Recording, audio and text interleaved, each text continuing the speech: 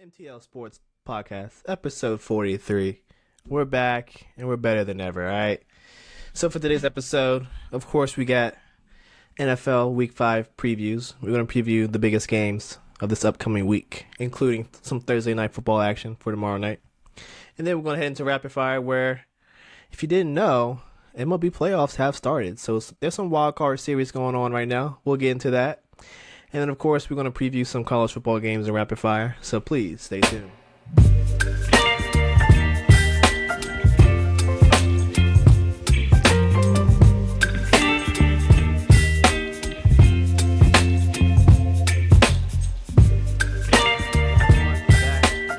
And we're ready to preview some NFL Week 5. All right. So, Lawrence, I'll let you start with your first pick of the week. What game does America need to watch? Well, in reality, America should just stop tuning in, it's just the whole entire defeating purpose to watch. Anywho, outside of the depression phase, I think an interesting matchup that's going to be important to see how things play out. Again, I'm going to ride the hot hand one more time. I'm going to take Houston and the Falcons. Ooh. Yeah, I know. As a avid Falcons hater myself, Talk about the Houston Texans adversarial. I just believe that Houston is going to dominate again. Houston can stop the run. We saw against the Steelers they're good at stopping the run. They kind of took that away from them pretty much once they got that big fat lead. Houston's in a rhythm right now, which they're regularly scoring points, getting down the field, chewing time, looking like an absolutely complete unit. Well, this is going to be one of their first real tests on the road now.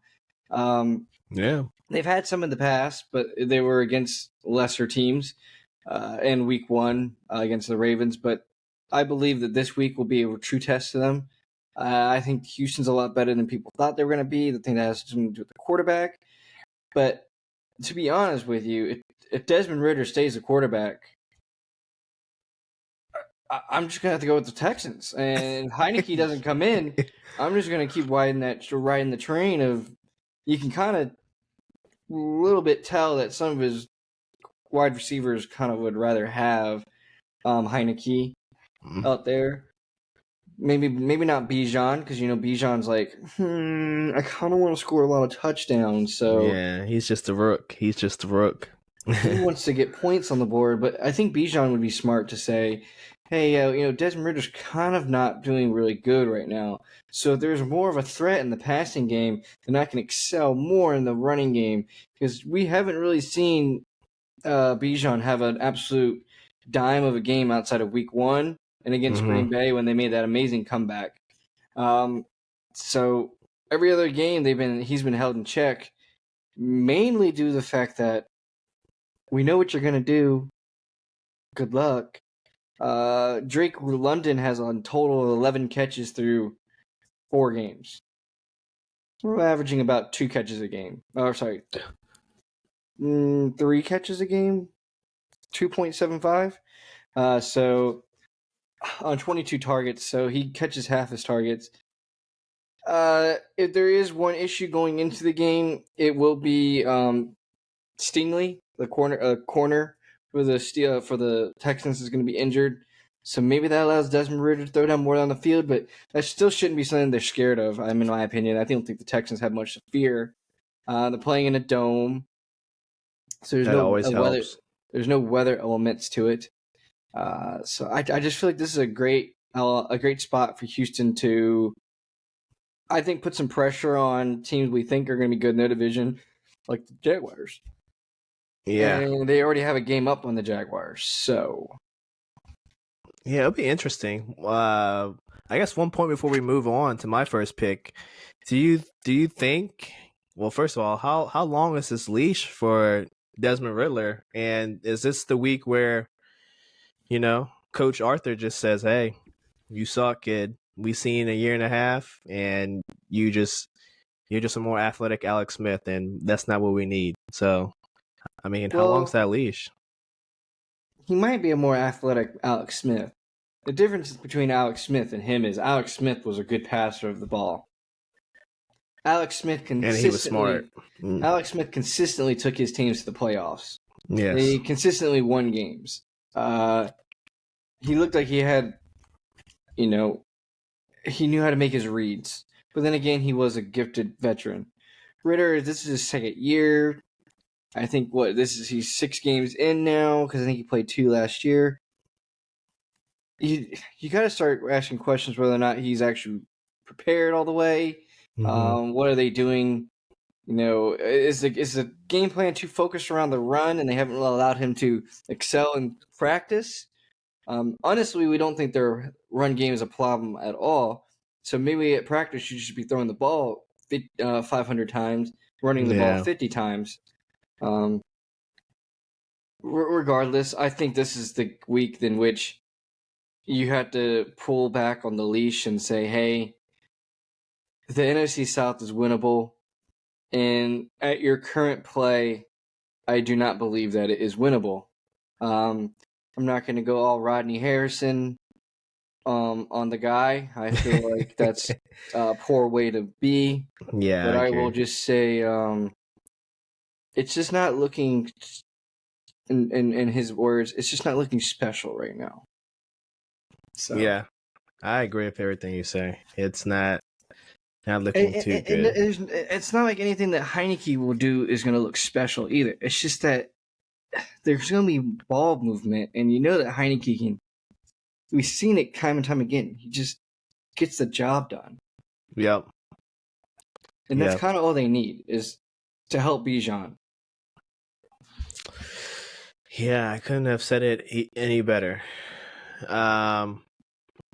My first pick for this week, one of the 4:00 games.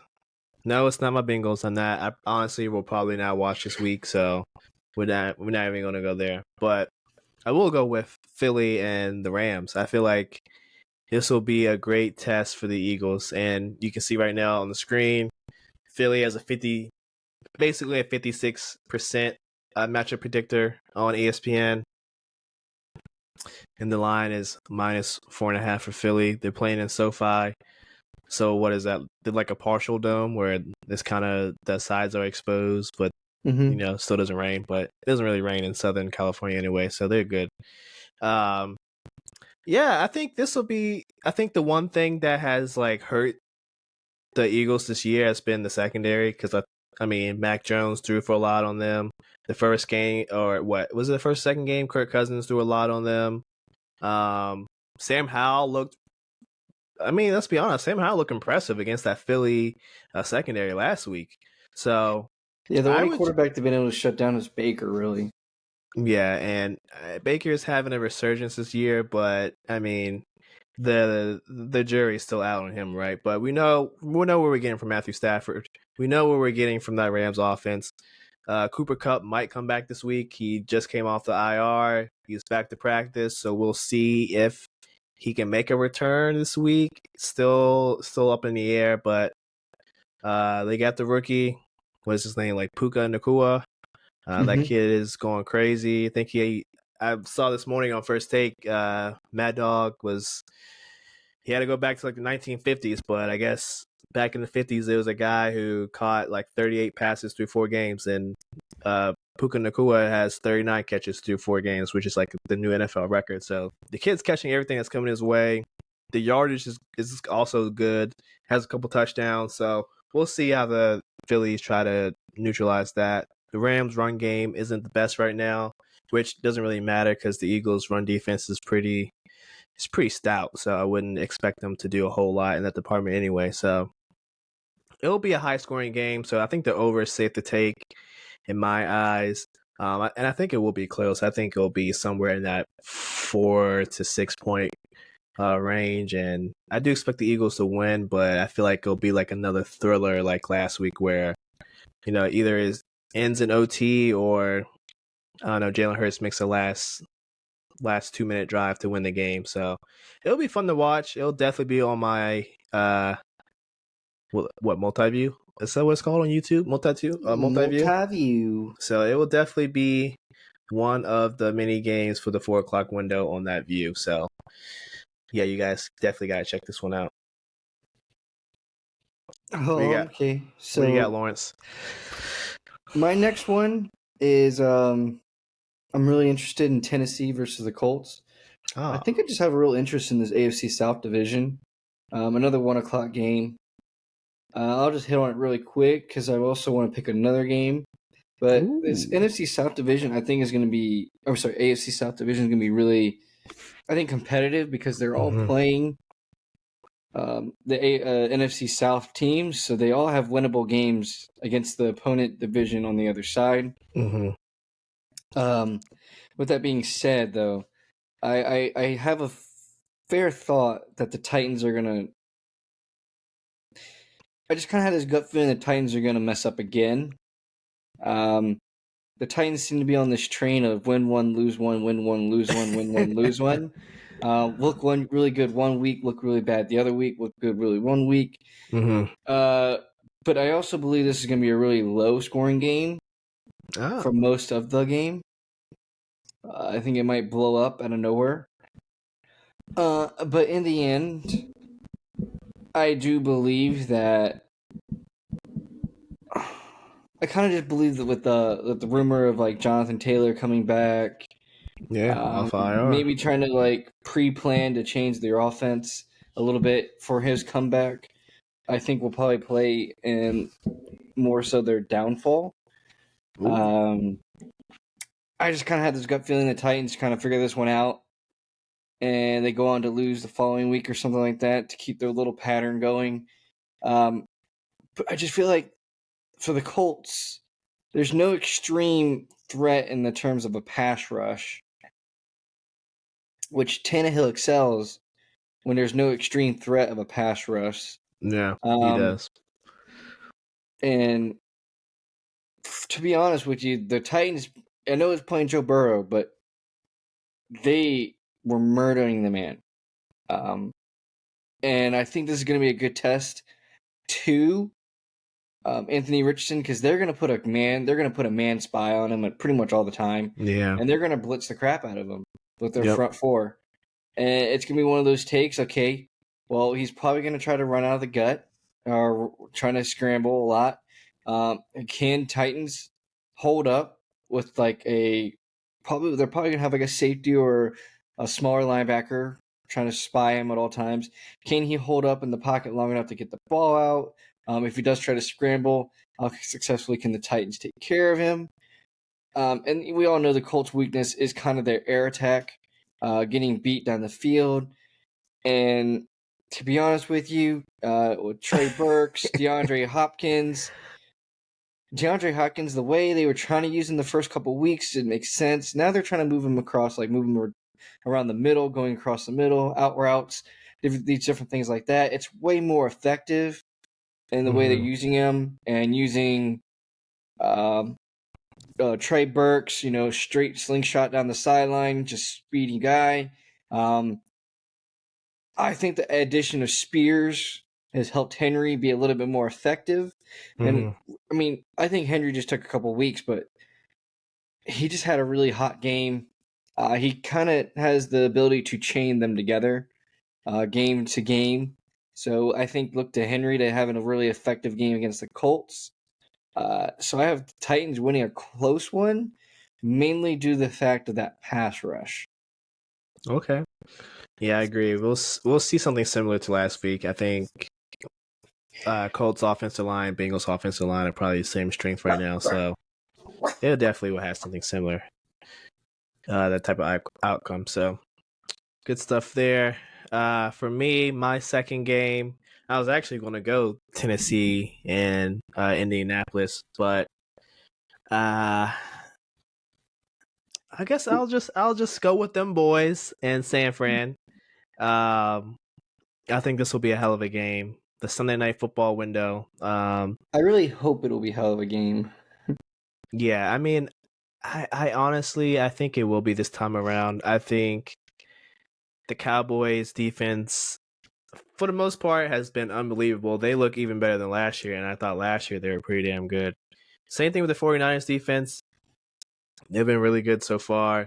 Maybe not as, like, I don't know, impactful like in the turnover category because Cowboys defense is running away in first place with just takeaways. And it seems like scooping scores and pick sixes like you name it. I feel like they're naming it. They're like number one in all those categories on defense. So we'll see if the Cowboys defense can neutralize that 49ers offense. CMC has been going ham. Definitely front runner for Offensive Player of the Year. MVP discussion, he's in there. Some have him as a front runner. Me, on the other hand, he's probably like my second or third candidate right now. But regardless, it's still pretty impressive. Mm-hmm. And we'll see if that pass rush can get to Brock Purdy. We know the 49ers, when it comes to pass blocking and when it comes to run blocking, their offensive line is very, very good. So it'll be good to see Trent Williams go against Micah Parsons. Will he just, throw Micah Parsons around, or will it happen vice versa? Will the 49ers be able to put up points against this defense? And then on the flip side, will Dak be able to not cause turnovers? Because if Dak has 2-3 turnovers, they're going to lose this game. So we got to see if Dak Prescott, if he can take care of the ball, if he can score in the red zone, which this team has been horrible at. I still don't think they've scored a red zone touchdown this season through 4 games, so it's not very good.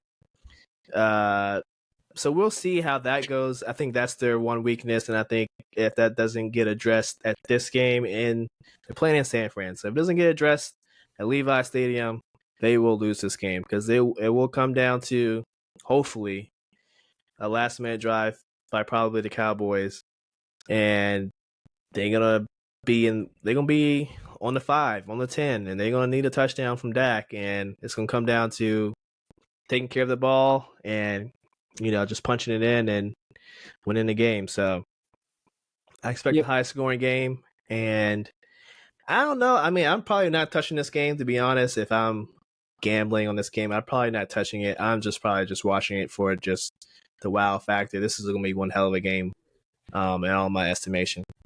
Anything you want to add, Lawrence? I mean, to be honest, the only thing to kind of touch on this game, in terms of betting wise, I think you got to focus more so on players rather than the game itself. Mm-hmm. Because this has one of those factors of like, okay, I could see this game having a lot of points, but then you could also see it vice versa, defense shut them down kind of game. Yep. I mean, some of the injuries to the 49ers kind of scare you a little bit, like Greenlaw being hurt. Yeah, big one. I mean, that's just a lot of Debo, Elijah Mitchell. Well, I'm not so concerned of Debo because we've seen him not be the most effective this year, and it's been fine. The one game in which he was the least effective, it was actually the game that Kittle did really well. And I think that's something that should be seen in this game. Is the Cowboys like to bring a lot of pressure with their linebacking group and such so that I feel like Kittle will get open quite a bit. So if there's like a bet you feel comfortable like putting Kittle, like maybe receptions and Kittle, like mixing Kittle reception with yards. I just feel like that might be a good, hit. As well as the Cowboys. To be honest, this is going to be one of those games in which you're probably going to see, Tony Pollard catch more balls effectively than run the ball as effectively. And you got to get yourself a Nick Bosa sack whenever he plays a black quarterback. I didn't say it though. Yeah, no, I agree. I'm probably If they're, I know on FanDuel there's an option for interceptions now for quarterbacks, I think. So I'm probably doing Dak Prescott interceptions. He's going to throw one this game. And then I would probably sprinkle a little bit of cash on will this game go to OT, because it probably will go to OT. I feel like this time around both teams are just like on a collision course for like, I feel like this is destined to be like a late night primetime overtime game. I feel like it'll be a good chance. So I'll probably sprinkle a little bit on that. Not too much though. Yeah, that's my second game. Lawrence, honorable mentions for this week. I know you said you had to get to another game. The quick return on it is Broncos and the Jets both sitting at 1-3. Oh, I think this is the stretch in which the Jets start making a push for stuff. I do think Aaron Rodgers. I believe that I mean, kind of what he just said right there with Aaron Rodgers being there. I kind of just think maybe he might have said something because he was very defensive. Zach Wilson when he was on Pat McAfee show. Yep, and he made a lot of sense. He literally said that the offense was built for him, and to be honest, they're trying to overcoach him on the field to try to make up for not having Aaron Rodgers. Mm-hmm. Well, maybe you should change your game plan, change everything in what you're doing because, sorry, not sorry, you don't have Aaron Rodgers anymore, and you're not going to get Aaron Rodgers anymore this season. So you have to work with what you got, and you can't force what you have into something that's a 3-time MVP. Is he 3-time or is he a 4-time? 4. I think he got 4 of them things. He's a 4-time MVP, and Zach Wilson's I think he's a 3rd year or a 2nd year guy out of BYU. Yep. I mean, we could sell it. You could tell after the game he's got a lot more growth. I mean, like he literally blamed himself for the loss. Like he shouldn't have dropped that pass or sorry that snap. Mm-hmm. No offense, Zach. It wasn't your fault you lost the game. It was the refs. It was 100% the refs. Sauce Gardner was going to get you that ball back. There was holding on. There was so much holding on in that game. Scramble. So. Am I really going to blame Zach Wilson on that game? Hell no, I'm going to blame the refs. That was 100% a ref game. Whenever you have to mention the refs at all in a game, that means the refs didn't do their job.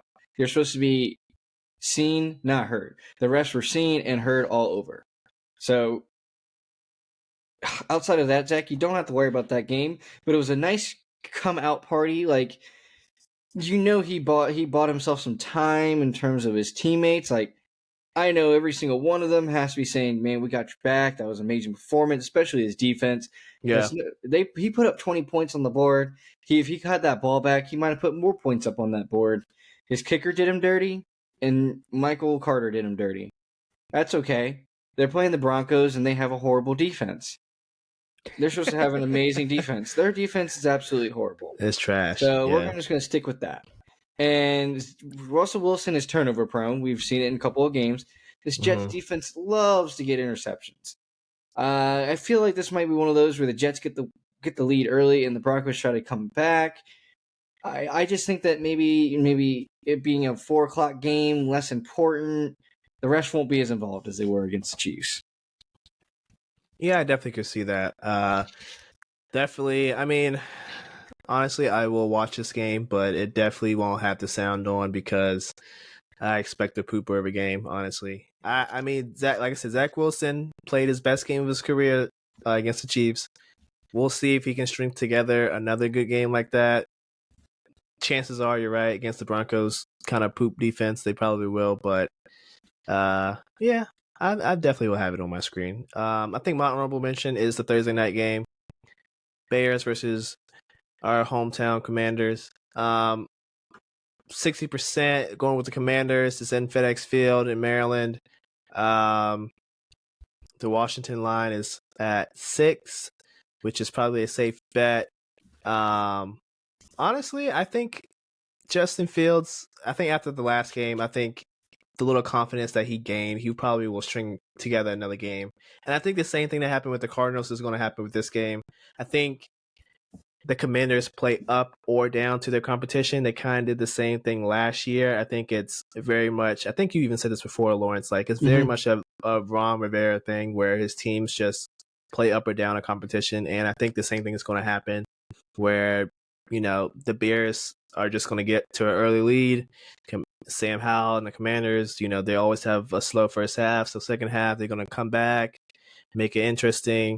In the end, the Commanders will win, but the Bears will make it interesting. It's a sold-out crowd at FedEx Field for tomorrow's game. But I expect a good game. And, I mean, a lot of potential people out for the Bears. Claypool is away from the team because this man's probably going to get traded again, like the 3rd time in 3 years, right? So, or the third time in like 2 years, right, or something like that. So the current rumor is he's going to Carolina. Oh, yeah. Would you want him there? Oh, That's the question, no, dude. Oh no, he is a troublemaker. So the meme I have that you hear over Carolina Twitter right now is that they're looking at getting a number one wide receiver. Looking for the trade to get a number one wide receiver. And the main talks is that they're currently in talks of trading for T. Higgins. And it's just a little, I guess, like, I want to say like frustrating. Because we went ahead and had already paid DJ Moore. And he was already a number one guy. And so now we're struggling, and we won a number one guy, but we gave up a number one guy to get a number one pick quarterback, but didn't have no weapons. Yeah. And we don't want to pay Brian Burns. I don't think it's that we don't want to pay Brian Burns. It's that Brian Burns low-key wants just a little too much. Too much for his age. For his age, too. For what he brings to the table as well. I mean, he's really good, but like he's like Max Crosby good. But he wants more money than like Max Crosby. But it's really hard to ask for more money than Max Crosby. Because you saw the last game against the Vikings, he was irrelevant. He was not a factor in that game. Yeah. And if you want Nick Bosa money, you got to have Nick Bosa games. So I don't know maybe you should have just traded Brian Burns to the Bears. Because that's what they wanted. They wanted the picks, Brian Burns. The picks, or Derek Brown, the picks, or DJ Moore. So we went with DJ Moore because we didn't want to give up our defense because we want to make that our identity. Well, Derek Brown's having a good season. Brian Burns is kind of having a good season. He started really hot. The last game he didn't play too hot, but Derek Brown has consistently been a piece. So I agree with not getting rid of Derek Brown. But now the fact that you've already had it blow up in your face about a quarterback, so it's just frustrating. Yeah, I understand that. And if I want T to go to any team, it's definitely your team because I think T is definitely a number one receiver, but he's just the 1B to Jamar Chase, who's 1A. And I just hope you guys have some second rounders for us because we want at least a second round and probably a third round. But I don't think Zach Taylor would try to swindle you guys. He'll probably just I mean, it depends because if we lose the next game, then we're probably gonna start selling. So you guys might have T by next week or in 2 weeks, or at least by maybe week 7. Because we're definitely, if we lose the next 1 or 2 games, we're gonna be selling. Just sell and then hope we get that pick for Marvin Harrison, I guess. But yeah, because T, because they probably want to move off T because they don't want to pay T. Yep. Because at this point, no offense, you can't afford T. Higgins anymore. Because the one thing that the Bengals have to do no matter what is either you're gonna have to trade up and get some really good O-line talent, like you're gonna have to do something because you got what everybody wants. You got the franchise quarterback. But you cannot let the franchise quarterback die. Just keep dying, yeah. And the line has gotten better every year, and this has probably been the best line so far. And you can definitely tell in the run game, like Mixon's like going 5 yards untouched so many times. Like Mixon's eating, but Zach Taylor and his dubious play calling where he just does like a bunch of dumb stuff, and one series Mixon might only touch the ball 2 or 3 times, and then the next series he's touching it like every down. 3 straight downs, and it's just like, bro, like, what is your play calling? So, I don't know. But you're right. I think, depending on what happens, that high pick that we might get might earn up a, offensive lineman because, we got to improve somewhere. Yeah, I think that's all we have. Lawrence, anything you wanna finish off of anything? Week 5, I think we're on. Any last notes for the audience? I mean, if there is one last note, it's gonna have to be. I would probably maybe just say a good bet is New England to beat the Saints. Currently, New England's a 1-point favorite. Oh wow! But like, I don't know. Is Derek Carr gonna play? Mac Jones. I mean, Derek Carr played against Buccaneers. The Buccaneers, and he looked horrible. Yeah. And so Mac Jones looks horrible. Yeah. Did you hear about the rumor coming out of his camp? Like, none of the teammates really like him, and some of his teammates are telling him to chill out with the cheap shots. And well, you know how NFL players feel about dirty players. Like, they don't like that crap. So I can understand. Well, my thing is, you can't lose your locker room, and it kind of feels like he's losing his locker room. And you can't be losing too. Justin Fields is losing, but I don't think he's lost his locker room. Oh, heck no. I think he's only lost Chase Claypool, but I think he's lost himself. So yeah. Well, they know in Chicago it's not Justin Fields' fault. It's the coaches. So yeah, well, everyone's giving Matt Eberflus a hard time, but I don't know. I feel like it might be kind of hard to figure out everything going on while one of your coaches gets his house raided and you get the FBI on you and stuff like that. I think he's got a lot going on, trying to just keep the house from burning down. So I think Eberflus needs to be cut a little bit of slack. He literally just had the house fall on him. I understand that. I don't know any other teams that have had the FBI raided. Not recently. Recently, no. So it'll be a fun week 5, everyone. Coming up next, we have rapid fire. So please stay tuned. Now you see Lawrence is wearing his Miami Marlins jersey. They are currently in the ALC or AL wild card. NL. That's what they call it, or NL. Yeah. What he said. All right. So Lawrence, I think there's 2 series left to play as of when we're recording. So can you break it down for us? Cool. Well, so the Twins have won and the Rangers have won. Currently, the Diamondbacks are leading 1-0, but they're down at the current moment. And the Marlins are down 1-0 to the Phillies. Really unfortunate. As a Marlins fan, I was hoping to get the Brewers. But instead, the Diamondbacks decided to lose more games than us right at the end of the season on purpose in order for us to face the Phillies, because nobody wants to go to Citizen Park during the wild card season. It's a scary place. Philadelphia fans are crazy. They're the worst people alive. Didn't say that, but I believe it. Anywho, I can honestly say I don't like our odds. We made a lot of contact with the ball in game 1. Did not make much of it. If we look at the box score real quick here, the Miami had 7 hits to the Phillies 11 hits, but they got 4 runs and we got a whole single run. To be honest with you, the only player that seemed like they were basically on their shit the whole game was Josh Bell.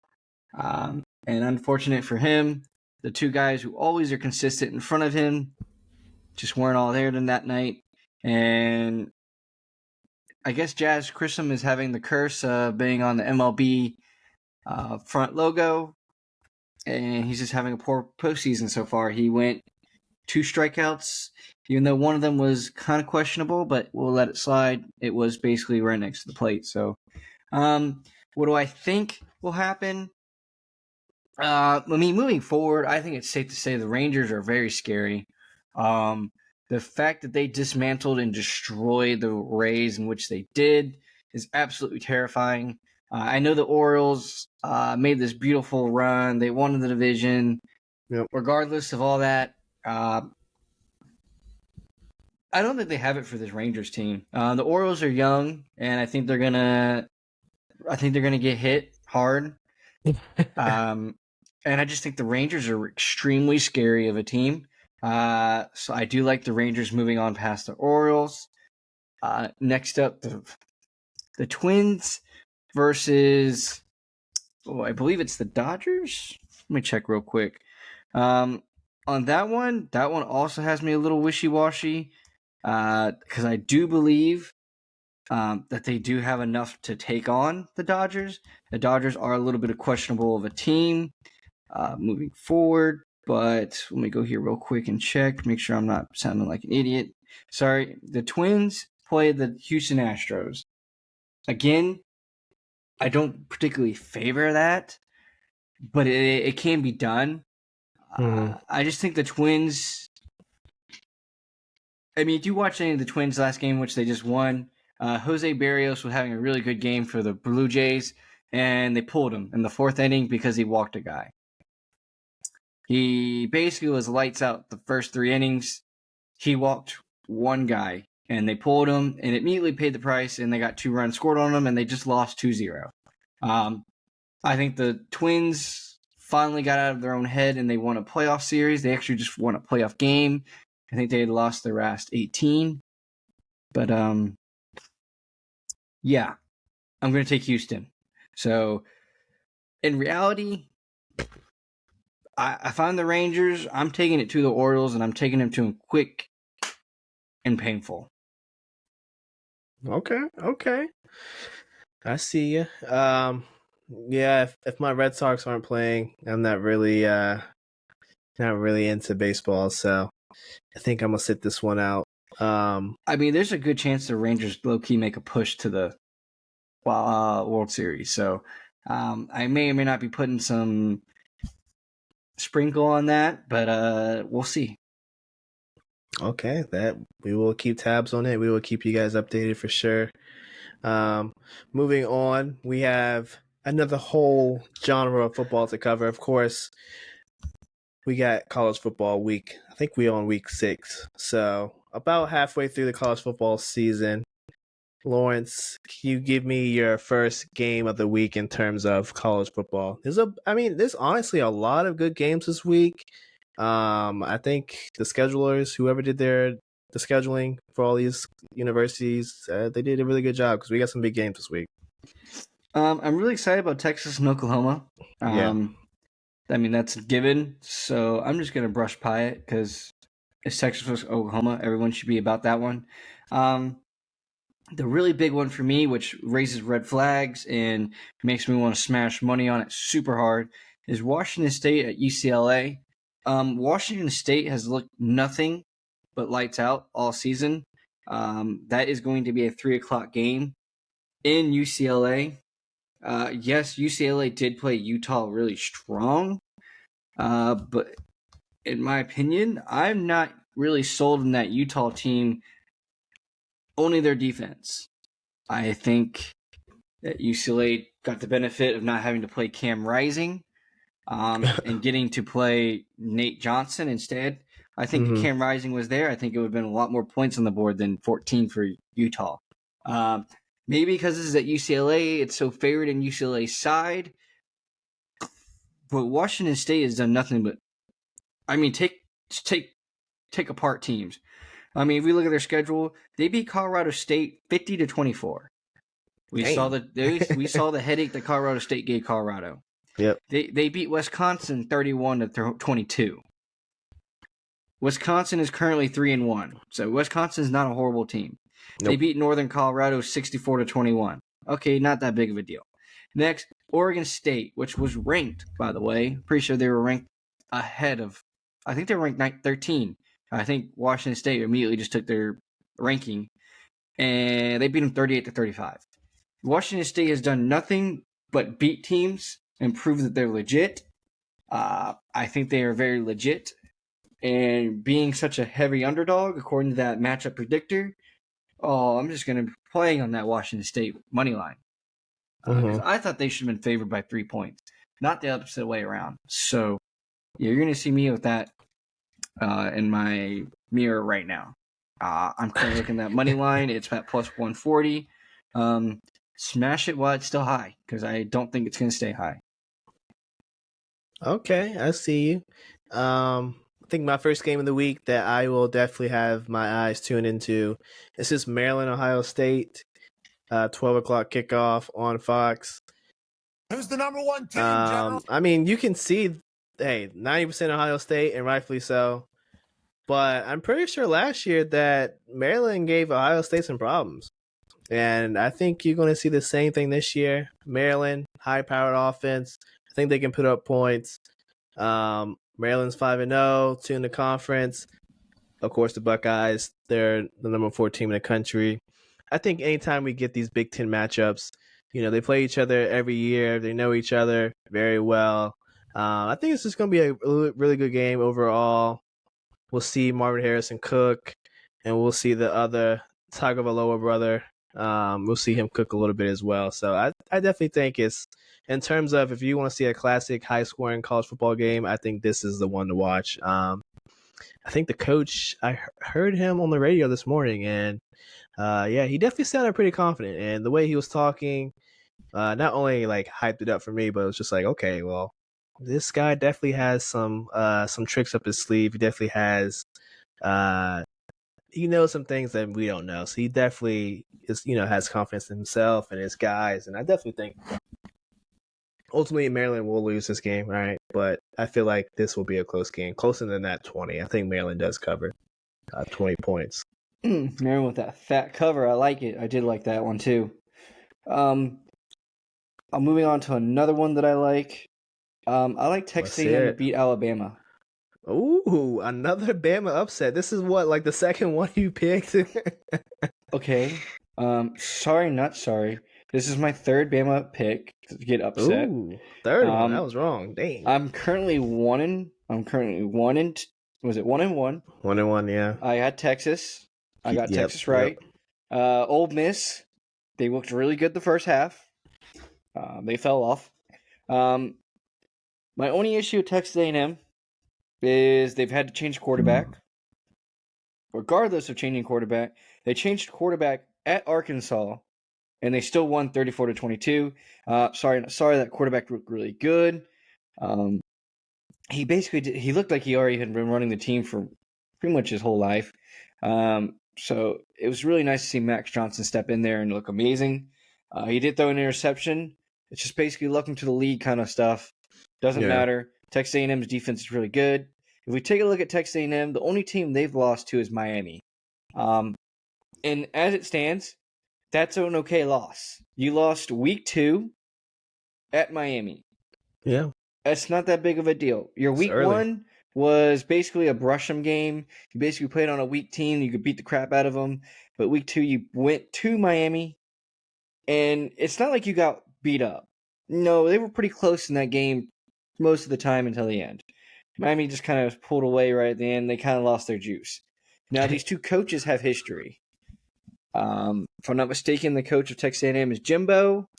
And he does not like Nick Saban. And Nick Saban does not like him. And Texas A&M and Alabama have always had a good rivalry. Always played each other well. Always had close games. And this is also the year that we don't even know how good Alabama's quarterback is. And for one thing we can assure is Mississippi State is not that good. Oh. So we can attest to Mississippi State being not that good. Why do I say Mississippi State's not that good? Well, they let LSU beat the crap out of them. And LSU could not tackle at all against Auburn. Oh, no, sorry, not Auburn. Ole Miss. And you couldn't put up points against that LSU defense when multiple teams have figured out how to that are pretty good. It just kind of shows a little something. So I'm looking at Texas A&M. They held Arkansas in check in Arkansas. First week with a new quarterback. Now you get to go home. You're going to have the crowd on your side. Just give me a little sprinkle of that Texas A&M upset.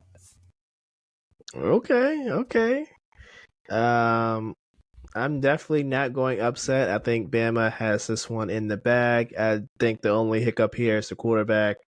Definitely, he gives a lot of concern. I mean, that's all we can say about the Alabama quarterback. I don't even know his name. What's his name? Like Milroe or something?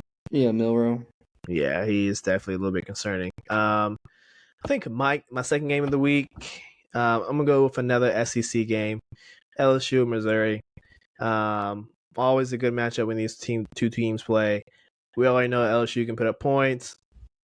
For some reason, they're still ranked, even though didn't they lose last week? Yeah, they lost to Ole Miss.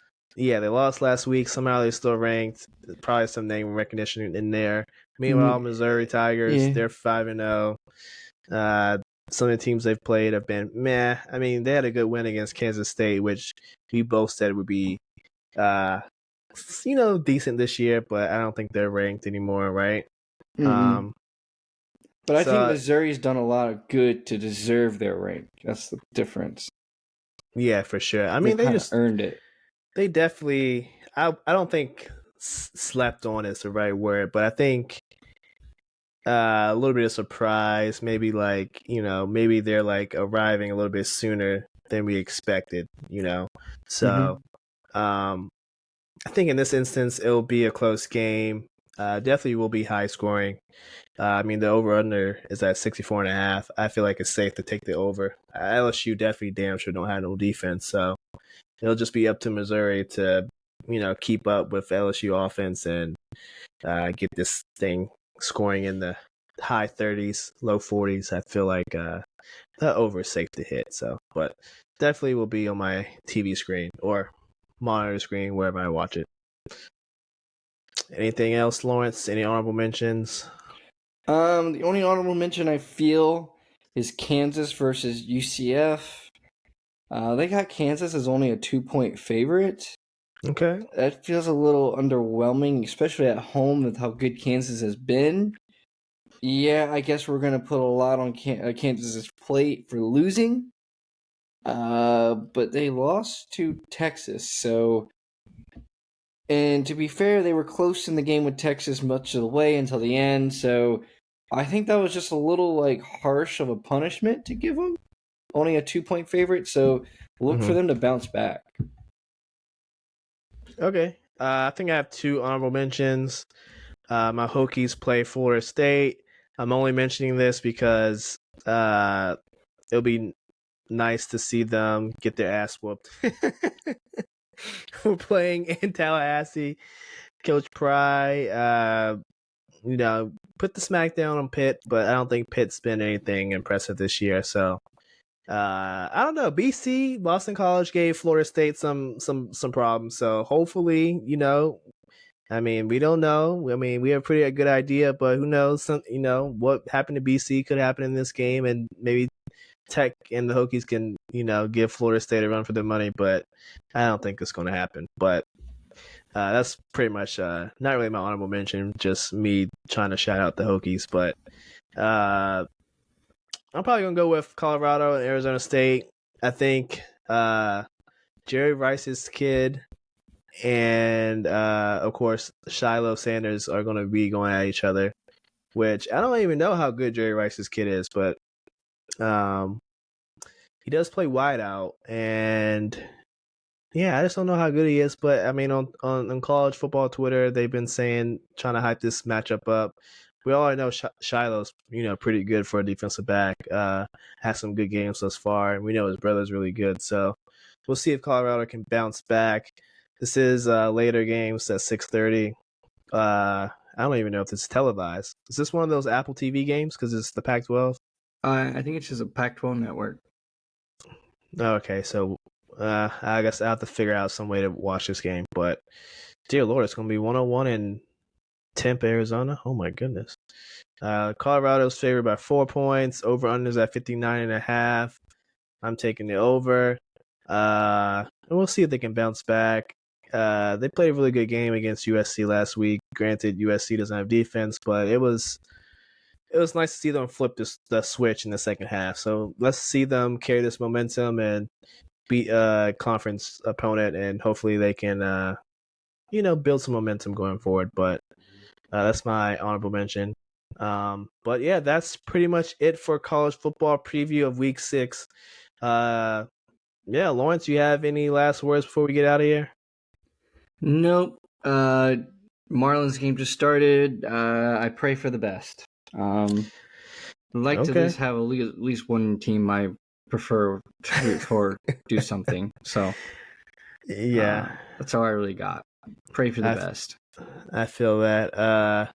All I gotta say is, training camp. I think today is day 2 or 3 of NBA training camp. I think games start. I think either Friday or Saturday. So if you're big into betting NBA preseason games, those are literally in a couple of days, right on the horizon. So look out for that, and we'll see if James Harden gets traded sometime during the training camp. It's a probably 50-50 chance, don't you think, Lawrence? 50-50 chance Harden gets traded. I don't think he goes anywhere. Okay. I think he gets traded. Probably not to Miami. Hopefully not to Miami, but I think it's Miami. and I would cry. So that's that. We don't need that. We don't need that mofo on our team. Just end up and live Miami instead of practicing. I don't think we need that. But yeah, everyone, that is all. That's all we got for you. Lawrence has to check out his game, so we're gonna get up out of here. See you guys next week. This has been MTL Sports Podcast, episode 43. Thank you guys for watching, tuning in on Spotify, all that good stuff. And we are out. Peace, y'all.